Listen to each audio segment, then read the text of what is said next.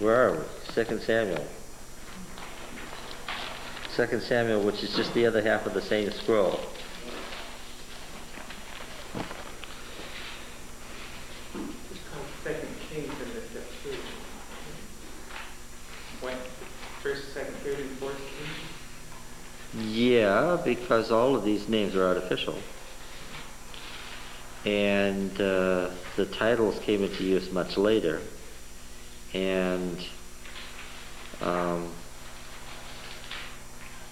Samuel already begins talking about Saul and David and therefore kings, and the titles are extraneous to the work itself.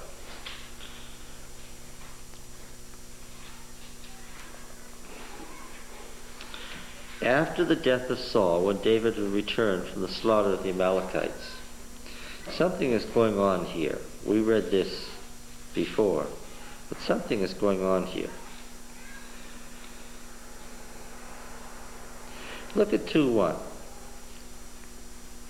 After the long poem that we're going to look at about Saul and Jonathan's death.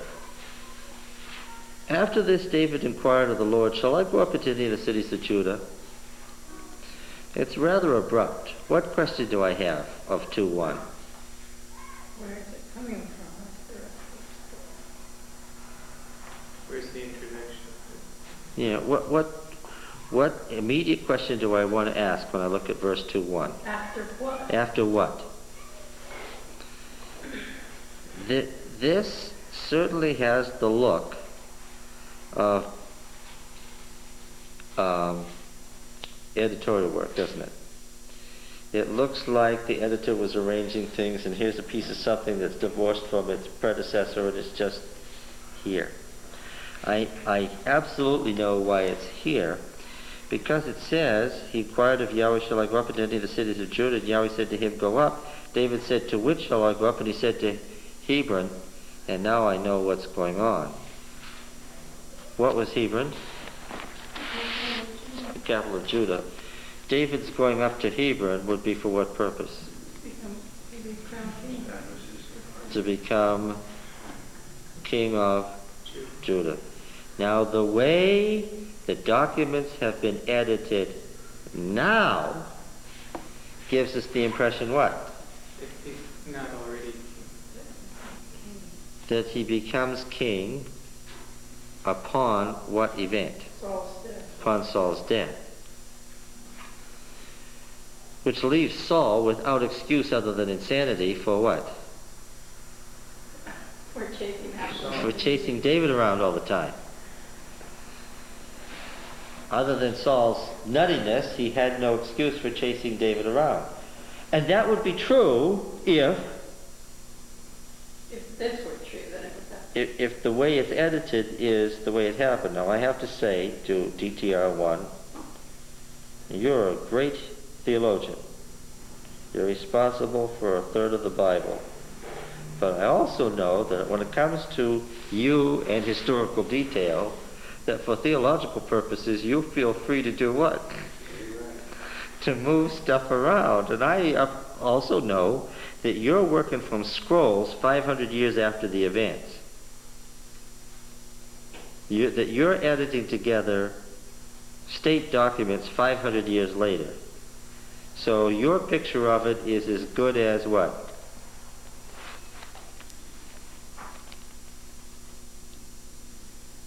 Does the historian have an eyewitness account? Is he an eyewitness? His long view of it is no better than what? Than ours. I may say to him, I don't think you should put it together that way. Of course, he could say to me, "Look, John, I want to tell the story of Saul completely. For theological reasons, I want to trace the career of Saul. And I want to treat David as part of what Saul did wrong. And then I want to pick up David." I say, okay. But by doing that, what? You leave me bereft of the historical facts about the relationship of Saul to David.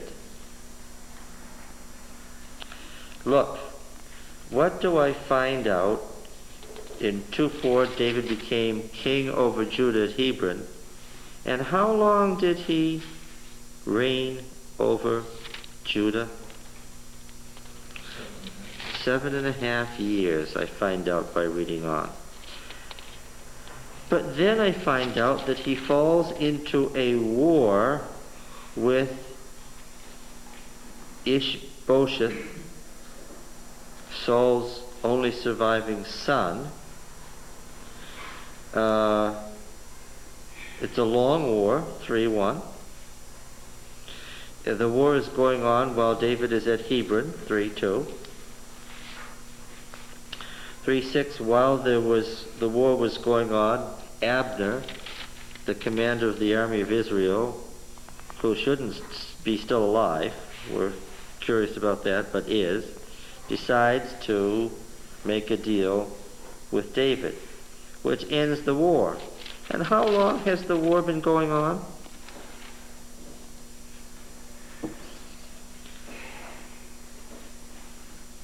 How long was the war going on between Israel and Judah, between Ishbosheth and David?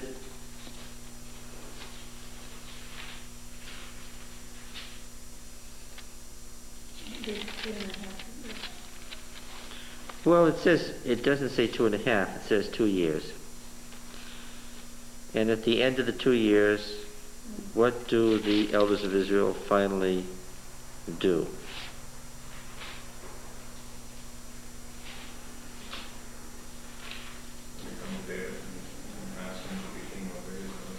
Yes.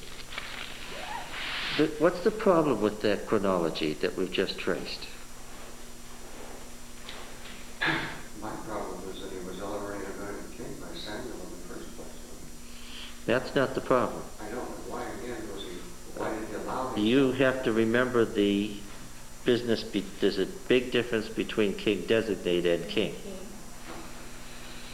Well, the problem is Saul was anointed by Samuel long before he became king.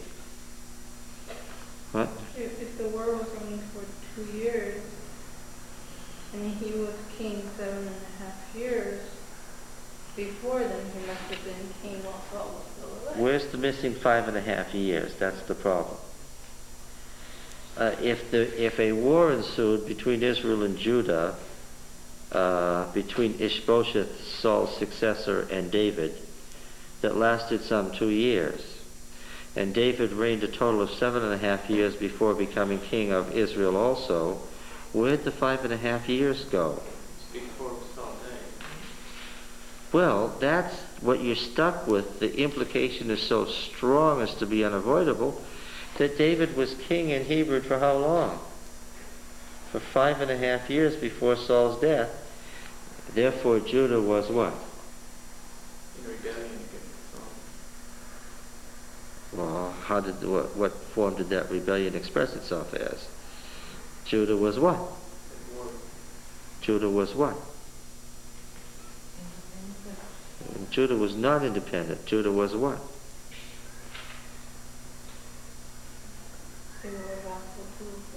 They were vassallary to the Philistines.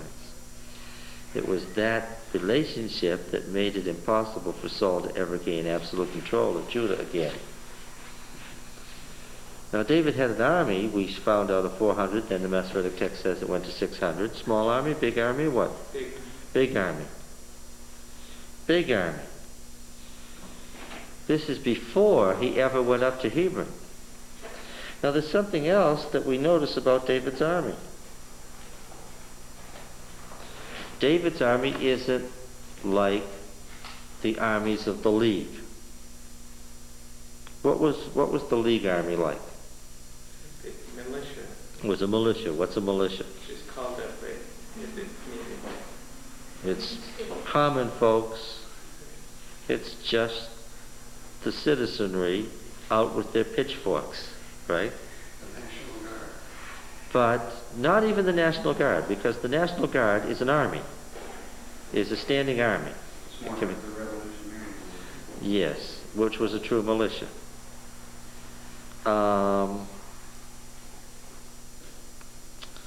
with their pitchforks. The National Guard goes out with its modern weapons. It has its arsenals all stocked, which are regularly stolen from, but there they are. And you can buy all those weapons from Soldier of Fortune to the back pages of Soldier of Fortune magazine. But the point is that the National Guard is a standing army, and David was maintaining a standing army of the Philistine type. We will find that it will always be his policy to pay mercenaries. Some of them even turn out to be Philistines. Hey, the Philistines were good fighters. He'd been fighting them for a long time. He knew that. He learned their techniques because he was in their army. He used their techniques with them and later against them. David had this policy, this personal policy, of playing both ends off against the middle that was wildly successful.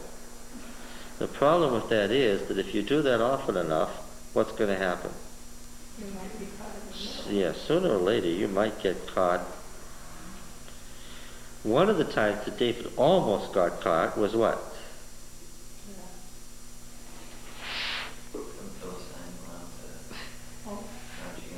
To march against Saul. If David had killed Saul, he never would have become king of Israel, which is what he wanted. So he was, fortunately, the Philistine commanders recognized him as the linchpin that could turn the battle either way and said, no, we're not going to do this. He's going home. Now, we've noticed in David's rise to power there's this tremendous concern, so there certainly was the rumor that David what? Had killed Saul. They go to such great lengths to explain why David wasn't there, what was going on, exactly where he was. He wasn't to be found anywhere because he was chasing after the Amalekites who had raided Ziklag. You see, even though he wasn't at home in residence, and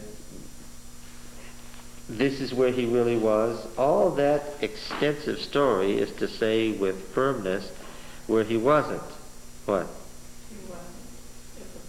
He wasn't at the battle. Now, chapter 1 also continues this theme, David's reaction to the death of Saul and Jonathan, who is his co-regent and they are co-kings, the other king of Israel. Saul and Jonathan are spoken of together because they were co-kings of Israel.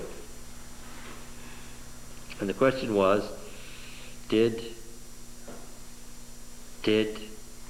David, either by sharing Saul's secrets and military methods and sites he might choose, did David do something to either kill Saul himself or have Saul killed?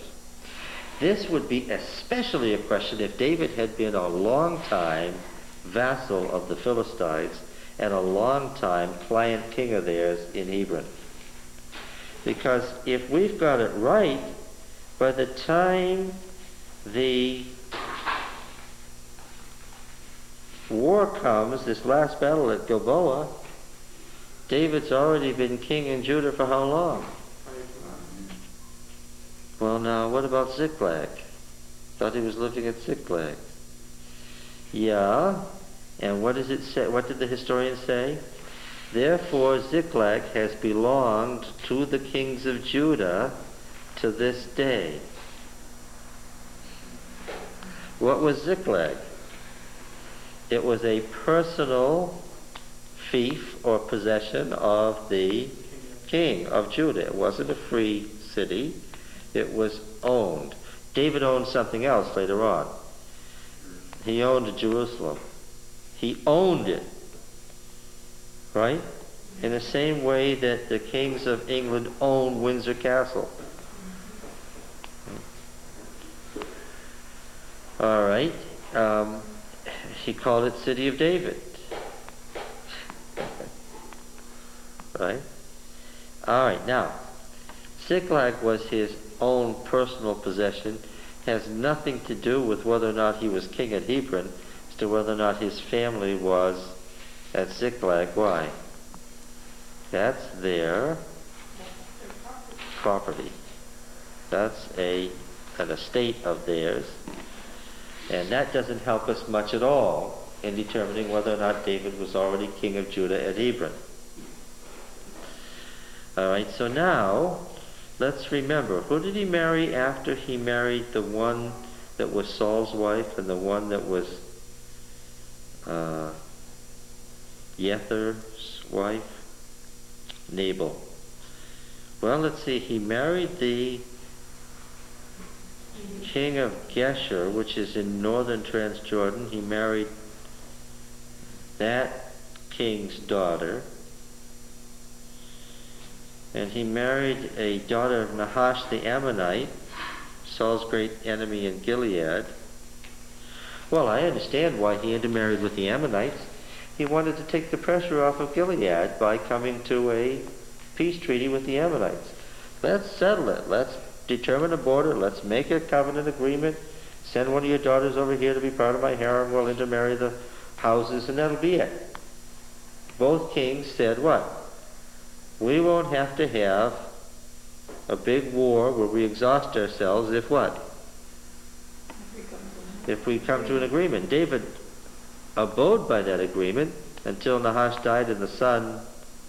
And the son treated him quite... Yeah, and the son tried to spit in his face and provoked David to destroy him. But the point was that David wanted Transjordan. He wanted Gilead, right? Because you remember, where did Saul's son take refuge? In Gilead. This was very, very naughty of David. Saul's son Ishbosheth had taken refuge in Gilead. And what was David actively doing? Taking it over behind his back. Behind his back he was saying to the Gileadites, you good folk, my dear brethren, I want you to know that I, David, king of Judah, honor you so much for what you did in going getting Saul's and Jonathan's, my dear friends' bodies. And don't forget that I'm king in Judah. And oh, by the way, the troubles you've had over the centuries with the Moabites and the Ammonites, I, David, king of Judah, have reached covenant agreements with those kings so that you don't need to what? Worry about it anymore. I've taken care of it. I'm David, king in Judah. In case you want me, that's where you can find me. What was the implication of that message? Be a good king for you. Yes, I've done all the things that you would need to have done by a king who knew what he was doing. Meanwhile, your miserable excuse for a king is holed up there in one of your cities. If you're smart, you will do it. Yes. Now, in 1 Samuel 1, we said that something is going on. He remained at Ziklag. A man came from Saul's camp, clothes rent and earth on his head. He said, where do you come from? And he said, I have escaped from the camp of Israel.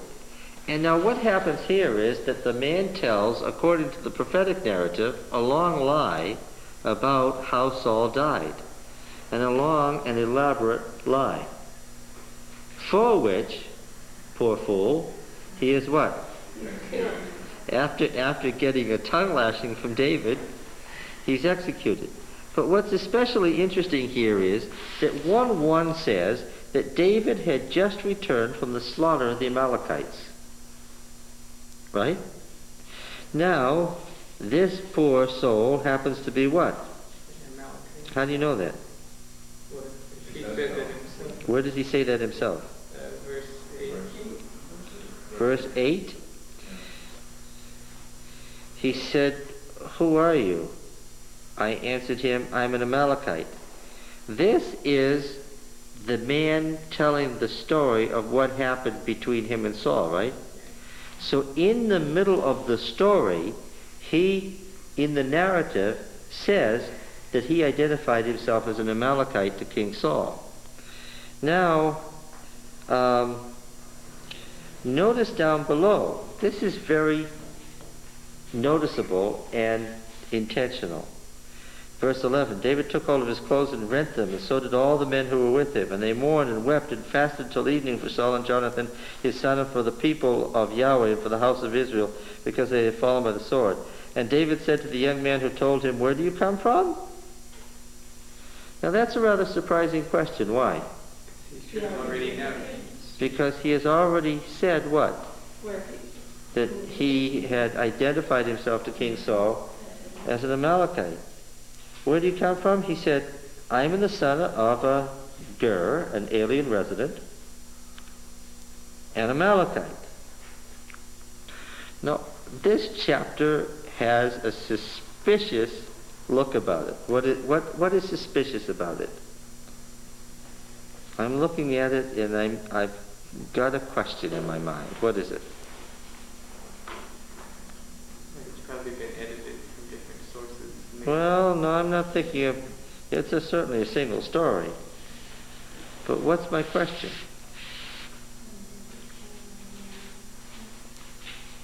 How does it begin?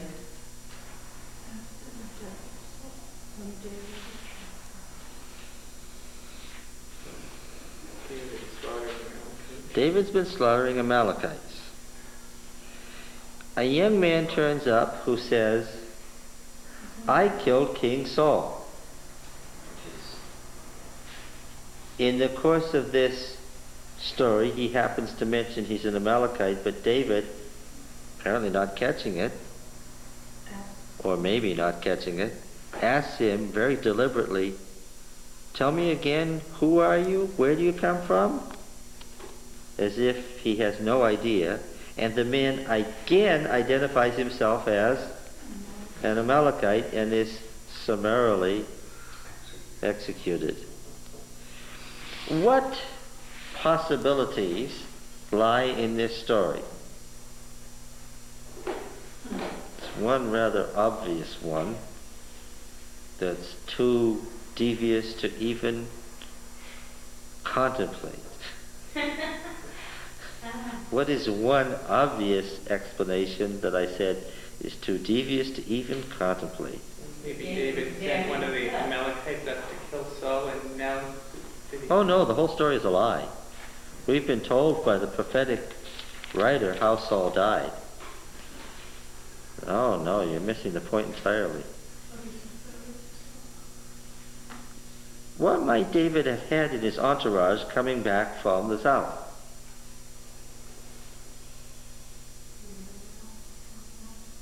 Some Amalekite prisoners? Could one of them have been induced to say that he killed Saul? Thinking that by doing the wishes of saying this, that he might get off, only to discover that if he did that, what? He would get killed. The purpose of this story of how Saul died is pretty clear. It's to exonerate David. Because one thing the story says for sure is, regardless of whether it's true or not, the story makes clear that what? David didn't kill Saul. Not only did he not kill Saul, but he was upset with the one who said... Oh yes, in fact, David was so appalled that anybody would kill Saul that he what? That he rent his clothes, and so did all his court, and he summarily executed somebody who would be crazy enough to do such a thing as to kill, or even lie about it, yeah. Now, I don't know if David could have been the person behind such a devious move as that. Other names come to mind. David had no shortage of devious folks around him. Can you think of one? Joab, who was constantly involving himself in devious plots to make David look good and to make Uncle David more in line for what? for the throne of what? Israel. Of Israel. Joab was commander of the armies of Judah, which was a real army. That should have been good enough, right? Oh, that wouldn't be good enough for anybody like Joab. It becomes clear that David intended to do something like what he did with the high priests. If you've read through these chapters, as I asked you to, then you know what David had in mind with the army business. What did he have in mind? Get a commander for each one. He intended to do the same thing he did with the high priesthood. He intended to have a commander of the armies of Judah and a commander of the armies of Israel to keep everybody happy. What was David's goal? Keep everyone. Yes. Being the master politician, he was going to what? Give everybody a place, give everybody a role, keep everybody happy, and thereby create an empire. Right? Now, of course, Joab didn't want that. What did he want? He wanted the whole thing for himself. He wanted the whole thing. What do you mean the whole thing? Well, he wanted to be commander of both Judah and Israel. He wanted to be commander of Judah's army and Israel's army? Yeah. He was a Judean. He was David's nephew from Bethlehem. What? So what? He wanted it. He wanted So- power. He was a power-hungry person. But he knew For the same reason that after the Civil War you wouldn't make Robert E. Lee the general of the Union Army, because folks wouldn't stand for it. That's why. David seems to have understood some political realities that Joab wished not to think about, right? That's pretty obvious. What I see here is an Amalekite who turns up telling a thoroughly suspicious story to David, and David's execution of him is entirely appropriate and oh so clarifying in its effects. What does it make clear for all of us? Not only did he not kill Saul, what? very much against it. Oh yes, he was so against it that anybody who would say I killed Saul, he what? He executed. Well, now clearly I would exonerate David, right? He had no intention of having Saul killed. Except that I also read the story about what he said to Achish. In 1 Samuel 29, when he was told to go away, he was appalled that he would be asked to go away. And he says in verse 8, 29:8,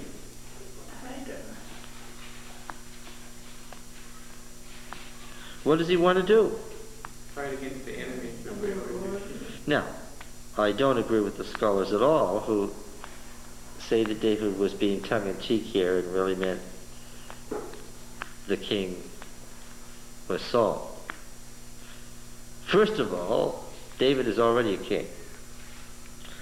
His commanding, his calling, his sending forth, his using the word for what to send out ambassadors for how he greets people in other countries, royal titles and activities ascribed to David before the death of Saul, make it clear to me that historically, chronologically, what actually happened was what? David assumed the throne of Judah some 5 years before Saul died, and what was actually going on in these various incursions was David's trying to maintain his Judean Philistine coalition against Saul in the hopes of ultimately doing what? Toppling Saul. So what he was really doing was using the Philistines, though they didn't know it, to topple Saul. So I could say this: David wasn't with the Philistines. He didn't kill Saul. But I can also say, contra chapter 1, that what? He certainly intended what? He'd said earlier, we don't have to kill him. Maybe he'll die in battle. He had contemplated that already. The prophetic author already told me he said that. I know that David had that in his mind. He said, we don't have to kill him. What? Maybe he'll die in battle. Now, I know who he was fighting against. I know who were the last big power holdouts in Palestine against Saul. Who was it? The Philistines. Did David know that too? Sure enough. Well, did David pay this man, or was he actually just a fool who came to David with a story? From this distance, what's the answer? We'll never know from this distance. It's certainly the role of coming back from the slaughter of the Amalekites, and the Amalekite turns up, tells a convenient lie, and is killed. Was David behind that? Well, Was Joab behind that, or was the man really just a fool? If he was, the man was still just a fool. Well, yes, yes. Whether David or Joab was behind it, in all categories, the answer is that the Amalekite was a fool. Yes, that's true. All right. Now, verse 17, David lamented with this lamentation over Saul and Jonathan his son. And he said that it should be taught to the people of Judah.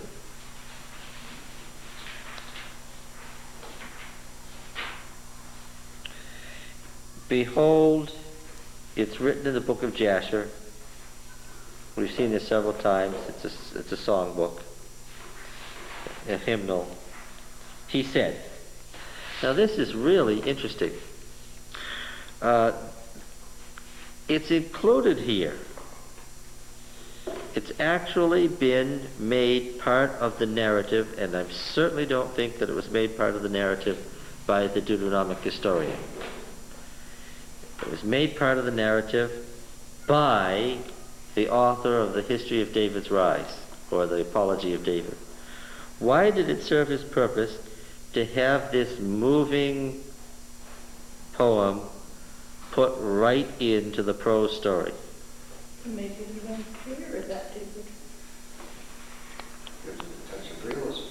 Yeah. That David what? How could he kill someone he loved as much as he did, according to this poem? Yes, that's right. Now,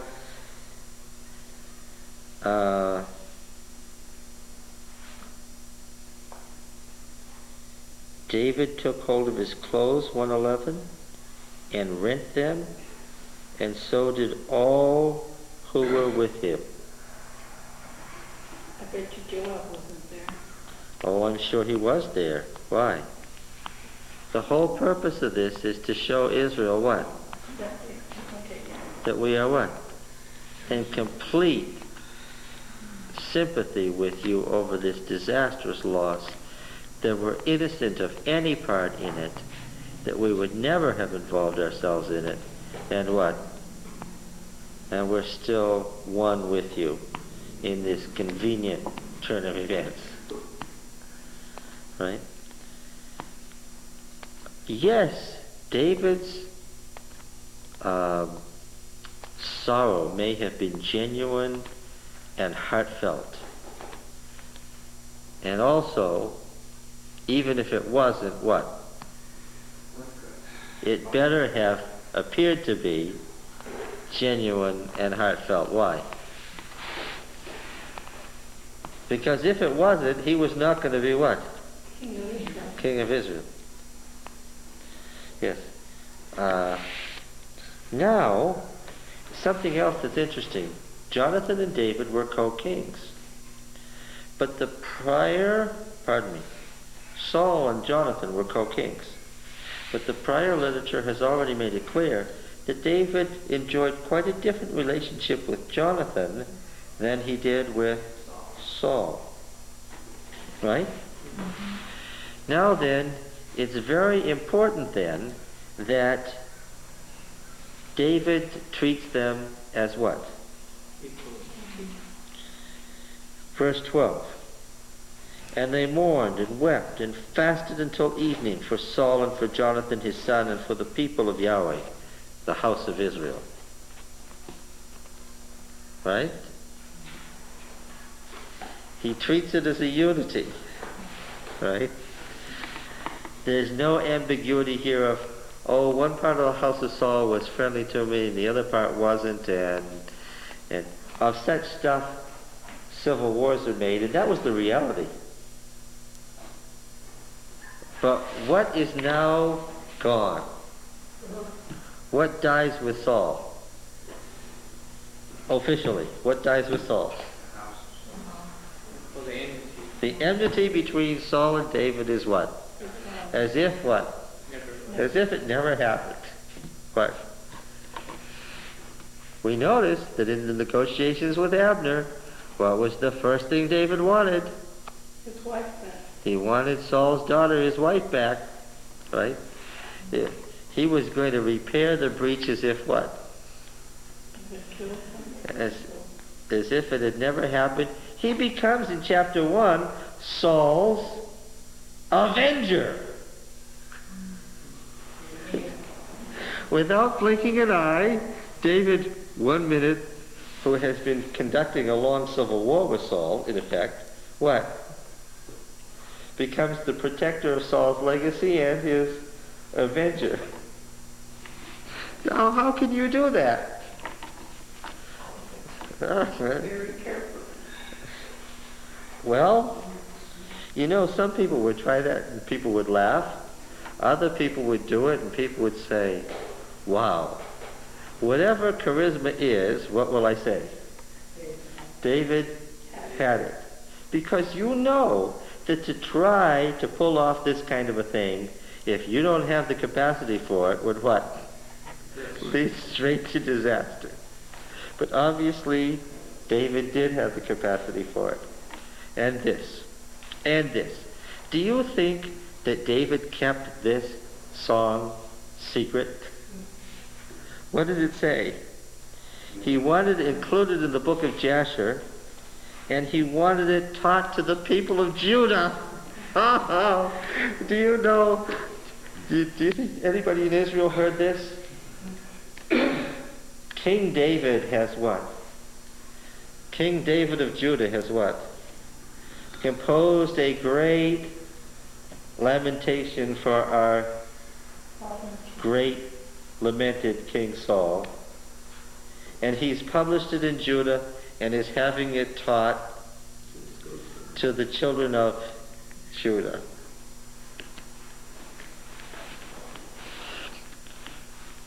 Roy, how's this playing in Shechem?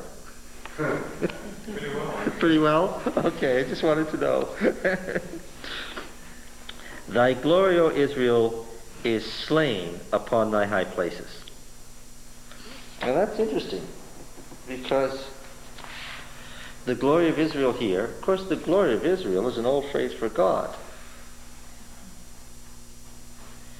And here David puns on it.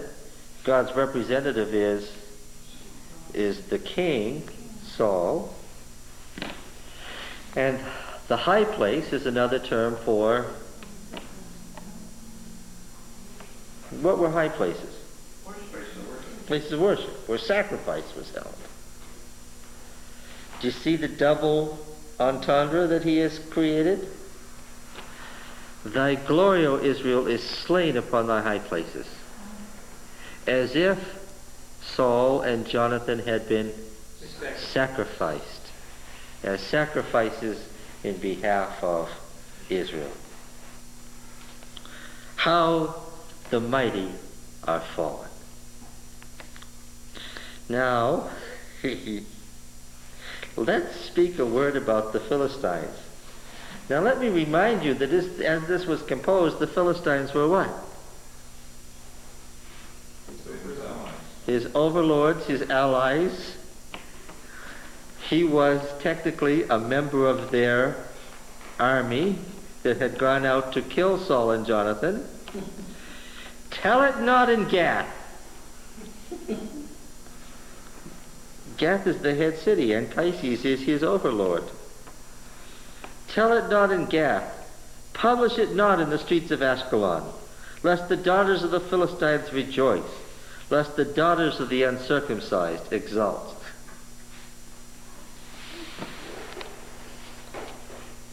Well, there's no doubt in my mind that when it came right down to it, where did David's sympathies lie? With Philistia or Israel? Israel. With Israel, because he intended and wanted to be king of Israel. Oh, of course, he intended to be king of Philistia too. That comes with the territory, literally, right? Whoever is king of both Judah and Israel is, by definition, what? King of Philistia too. Ye mountains of Gilboa, let there be no dew or rain upon you, nor upsurgings of the deep. What's the deep here?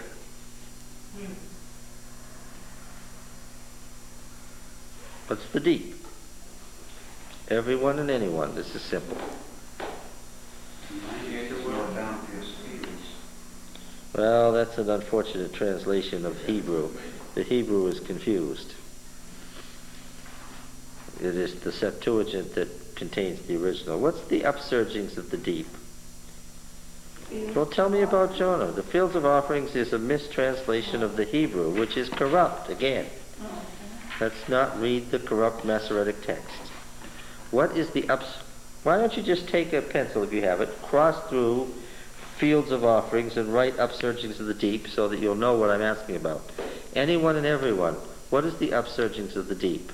So just sort of where the rain comes up to... Tell me about Jonah. Where did he go? The underworld. What's down there? What is physically, what is it? It's water. It's the mighty deep. Yes, it's the water of the underworld. Where does the dew come from? Why is there water on the ground in the morning? Because what? Because it seeps up from the underworld. Don't you folks know anything about science? All right. They haven't been reading the Bible the right way, so they haven't learned yet. Yeah. We haven't. Ye mountains of Gilboa was the subject. Ye mountains of Gilboa, let there be no dew or rain upon you, nor upsurgings of the deep. For the shield of the mighty was defiled, the shield of Saul, not anointed with oil. Okay. From the blood of the slain, from the fat of the mighty. He's continuing this religious imagery of what? Of a sacrifice. Of a sacrifice. The death of Saul and Jonathan and the destruction of the Israelite army is a sacrifice on the high places. From the blood of the slain, from the fat of the mighty, the bow of Jonathan turn not back, and the sword of Saul return not empty. Well, that's how it was, but he now talks about what is. Saul and Jonathan, beloved, lovely. In life and death, they were not divided. Oh, really? What was the fact again? Whatever happened to those things he said at the table that I can't even repeat in this class? What's being glossed over in this line? Well, but the rift came over what? David. David was the cause of the rift. Right? And what does this line say?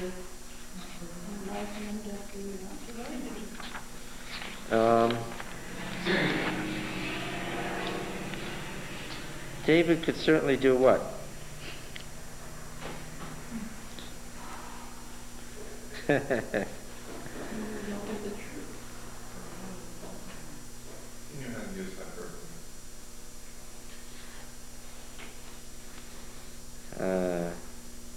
Yeah, he knew how to use hyperbole. That's certainly true. Uh, all right. They were swifter than eagles. They were stronger than lions. You daughters of Israel, weep over Saul, who clothed you daintily in scarlet, who put ornaments of gold on your apparel. Now he dwells on the good points of Saul's reign. What did Saul do for Israel? Undeniably, Saul brought tremendous wealth to Israel. And so, weep over Saul, who clothed you daintily in scarlet, put ornaments of gold on your apparel. How the mighty are fallen in the midst of the battle. See the refrain? Jonathan lies slain upon the high places. I am distressed for you, my brother Jonathan. Very pleasant. And that's the very word, pleasant. Very pleasant have you been to me. Your love to me was wonderful, passing the love of women. And here he's referring to the covenant relationship between himself and Jonathan. And he's being very cagey. First he talks about how Saul and Jonathan weren't divided and how powerful they were together. And then he goes right on to talk about the thing that did divide Saul and Jonathan, which was Jonathan's covenant with David to hand the throne over to him.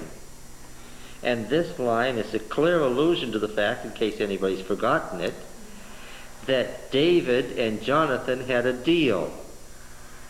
In case anybody in Israel has forgotten it, let me remind you in a beautiful way that my dearly beloved Jonathan, now dead, had a deal with me. And what was our covenant deal? I would defend his descendants. I will defend his descendants, And I will be king. but I get the throne of Israel. You hearing this, elders of Israel?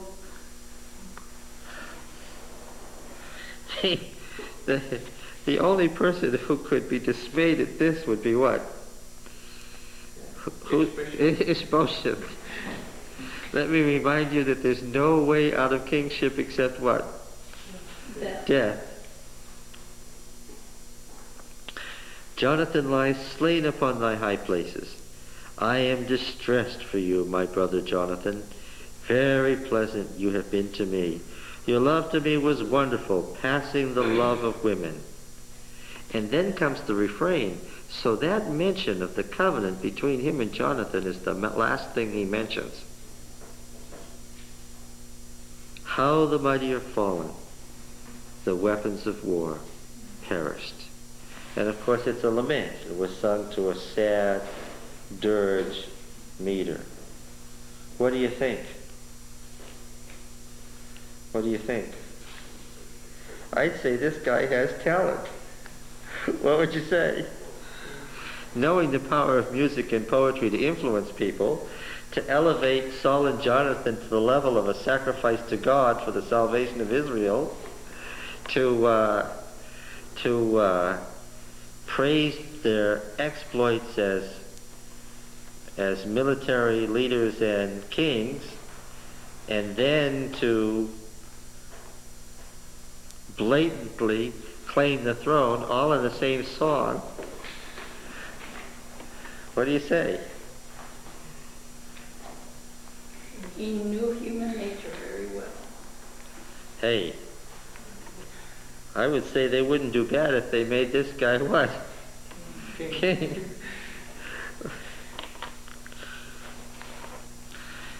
Yes. So, we don't want to ignore one bit the beauty of the song or the power of the song, but we also want to point out, make it clear since we're doing exegesis, that what? The song had a what? Political agenda. Oh, yes. What do you think? Do you think it worked? I don't see how anybody could come back from being part of the Philistine army that made war on Saul and Jonathan to being their successors 2 years later without what? tremendous skill at whatever it takes to win people over, right? If you had family members who had died in that war, and you knew that David was allied and part of that army, wouldn't you be bitter at him? And 2 years later, what are you doing? You're down there doing what? Asking him to be your king. Well, is that one of the greatest comebacks in history? They probably thought that he was going to save him anyway sometimes, so they made it well. Give it to him because they knew the prophet was coming. Well, that's an open question. Did they? Or was the inauguration by Samuel a secret published by the house of David at the time that he began to campaign for the throne of Israel? After this, David inquired of Yahweh, shall I go up into the cities of Judah? Yahweh said, go up. To which? To Hebron. So he went there with his 2 wives also, Ahinoam of Jezreel and Abigail, the widow of Nabal of Carmel. When people are named at such great length and so formally, why is that? Yes, because of who they are and what that connection is significant to the story. He belabors this point about these 2 women because what? It gives him the right to the throne of Israel and Judah. Okay, they anointed David king over the house of Judah. When they told David it was the men of Jabesh Gilead who buried Saul, David sent out ambassadors to the men of Jabesh Gilead and said to them, now who was holed up in Transjordan? Ishbosheth. Jabesh is the largest city in Gilead. Jabesh is the city that Saul had saved from Nahash the Ammonite. And they've returned the favor by going and getting the bodies of Saul and his sons and burying them in Jabesh. And he said to them, may you be blessed by Yahweh, because you showed this covenant loyalty to your Lord, Saul, and have buried him.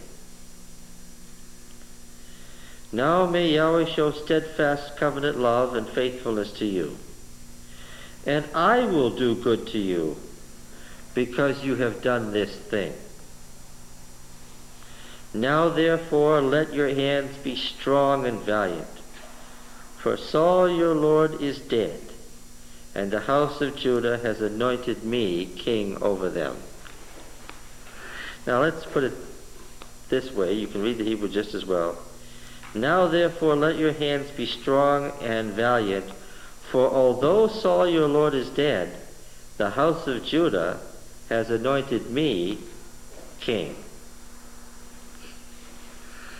So what's he telling them? Be strong and valiant to do what? Like me. To accept me as your king. King is dead, long live the king. Yeah. He's saying, he's acting as if, to the elders of Jabesh, as if Ishbosheth doesn't exist. He's saying to them, now's the time to do what? Since Saul is dead? Show your love. Yep. Just act valiantly. Judah has made me king.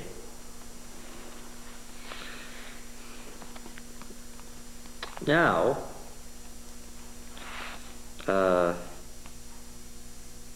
Abner the son of Ner, commander of Saul's army,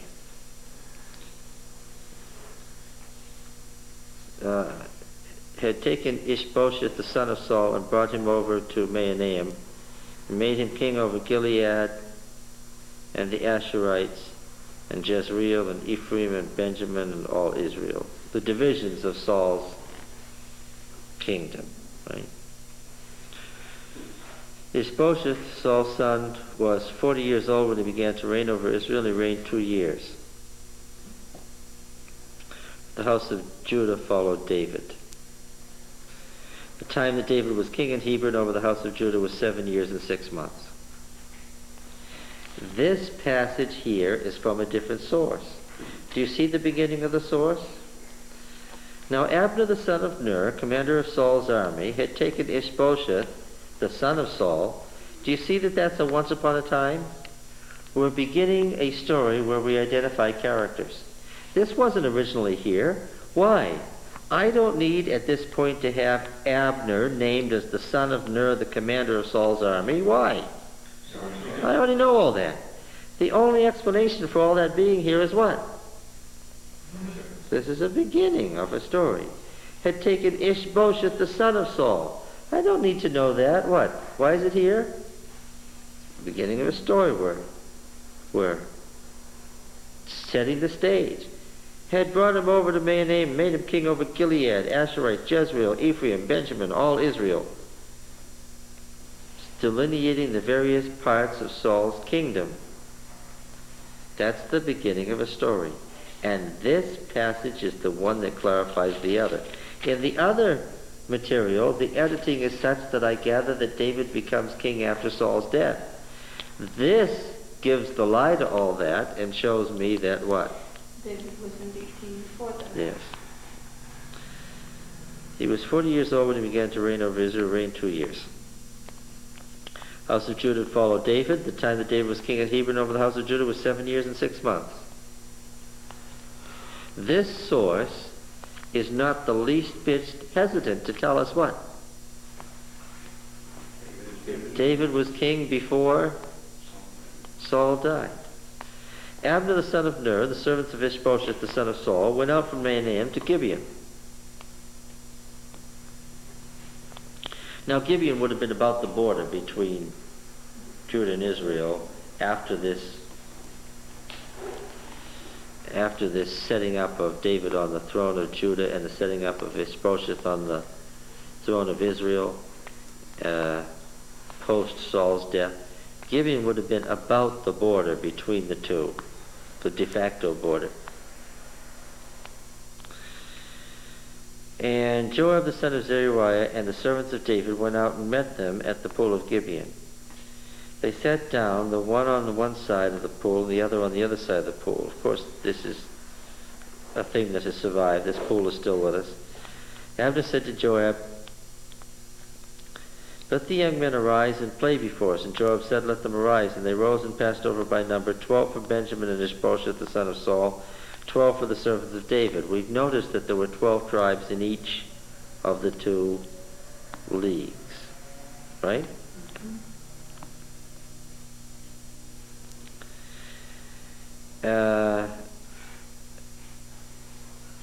And each caught his opponent by the head and thrust his sword in the opponent's side, so they fell down together.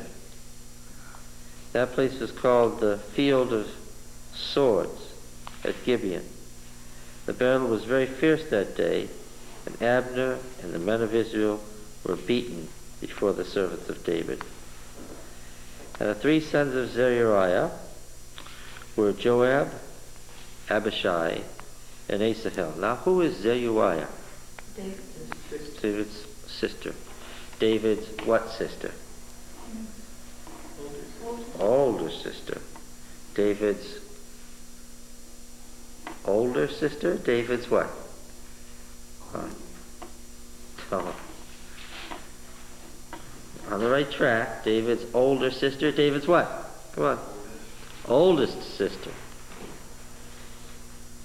Remember how they did it? They tell the names of all the sons from the oldest to the youngest, and then they start with the daughters from the oldest to the youngest. So this sister was much older than he, and the sons therefore were David's contemporaries. 3 sons of Zeruiah were there, Joab, Abishai, and Asahel. Now Asahel was as swift of foot as a wild gazelle. Asahel pursued Abner. As he went, he turned neither the right hand nor the left from following Abner. Abner looked behind him and said, "Is it you, Asahel?" And he said, "It is I."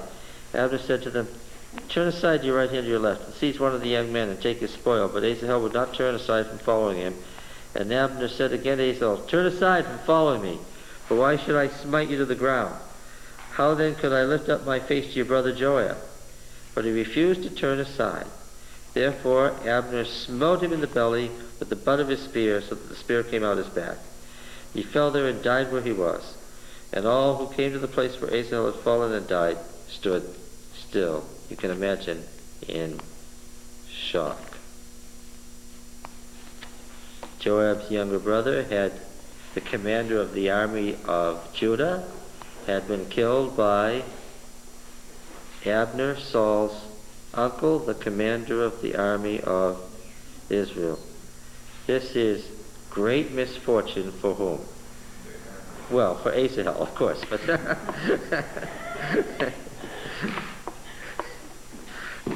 apart from Asahel, who was this misfortune for? David. David. Why is this misfortune for David? Well, he claims that Abner as his co-commander. Oh, that's right. Abner is supposed to be the commander of the army of Israel and Joab the commander of the army of Judah. Presumably they have to get along at least as well as Abiathar and Zadok, right? Yeah.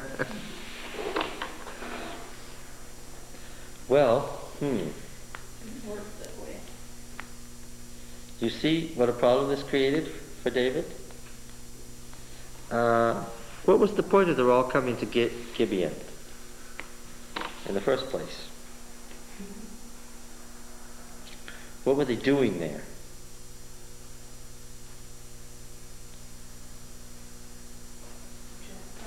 What was going on in this business at the pool? Huh? They chose 12 for each side. What were they doing?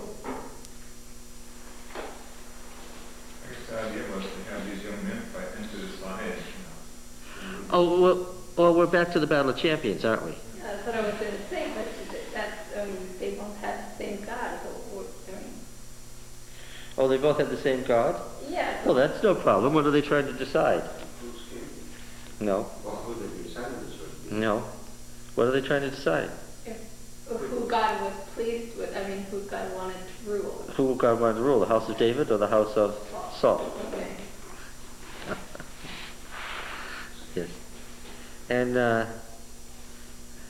I understand the motive. We won't kill tons and tons of Israelites and Judahites. We'll have a battle of champions, and that'll solve the issue. The champions just killed each other off. Yeah. And they just simply say, well, obviously God wants both of us, and this is it. Why did they? It dissolved immediately into a general pitched battle Yeah. between everybody. It was like those 12 were And Asahel went straight for for Abner, which Abner encouraged him not to do, because he knew that this wouldn't be a good thing. But Asahel wouldn't. He knew that if he let him keep on coming, what was he going to do?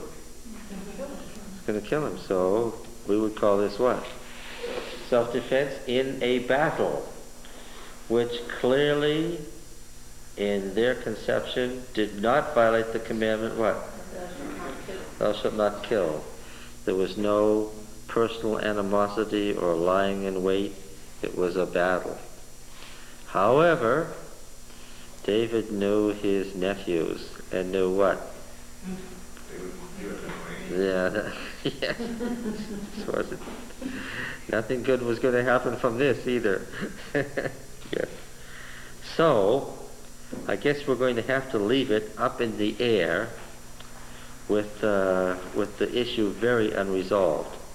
See, the problem with charismatic people like David is that as long as he was alive, he was able to keep what he tried to do together, but as soon as he was gone, then it all started falling apart. Well, that's the big problem. If you've got everybody hanging together because of their personal loyalties to you, what happens? When that one person dies, what? Well, everything will dissolve, but everything didn't dissolve. I wonder why. How was Solomon able to hold it all together? Some of them did start falling away, though. You know, to resolve.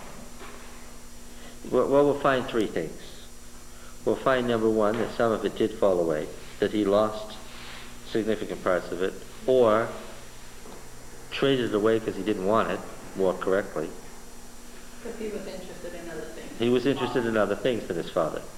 He wasn't interested as much in the vastness of empire as the vastness of wealth. Okay, so we'll find out that for one thing, another thing was that he took care of the problem of his father leaving him a bunch of both ends against the middle. His father left him a tangled web of a whole bunch of both ends against the middle where there were rivals.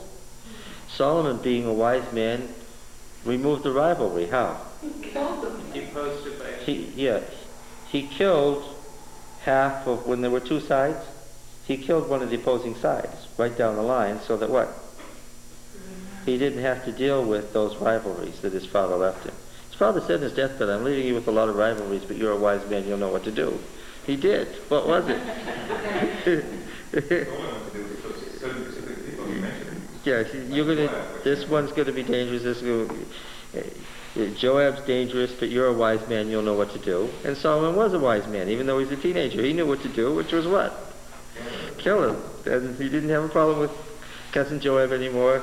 Cousin Joab was dead, and the other half of the rivalry supported Solomon. Why?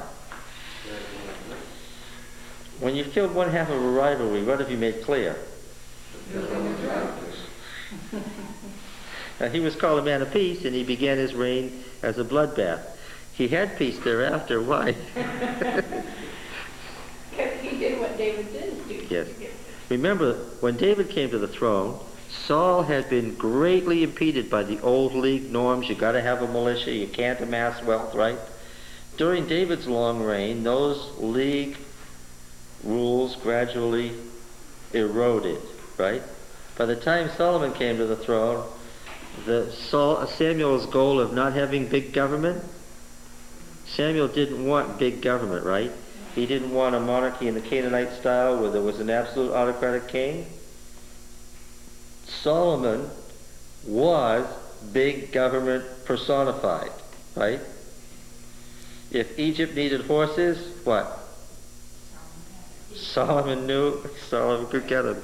If the Syrians needed spices, what? Solomon knew where to get them. If somebody needs to get something to the ocean, if somebody needs to get something to Mesopotamia, what? I've got good roads, you're just going to pay the tolls, right? Yeah, Solomon was big government. If Saul horrified Samuel, can you imagine what Solomon would have been to Samuel? Yeah, he was the very he made Franklin Roosevelt look like a real Democrat. Yeah, he was an absolute monarch in the true Oriental despotic style, wasn't he? Which never could have been done by Saul or even David. And But Rehoboam then really messed up. He didn't seem to have learned anything from his father. well, you know, by that time they had enough historical experience that they said, boy, remember the days when we didn't have a king? When we just had a prophet and everybody was free to do as they pleased and there weren't any taxes? And so they met again and they said, what? Let's unelect the king. Yeah. No, That's what I say. his speech was calculated to get himself unelected. But he thought it was divine right to change by that time. Yes, he did. And the fact is that he had the power, but he was warned by a prophet, do this and God will extract your life for it. Remember how prophets were with kings, right? All right. We have some very interesting material between here and 2 Samuel 7, which is the culmination of all this. Are you going to read out of the Read it through several times. biblical literature there? Is that something coming up? Oh, I was just going to read out of it things that I already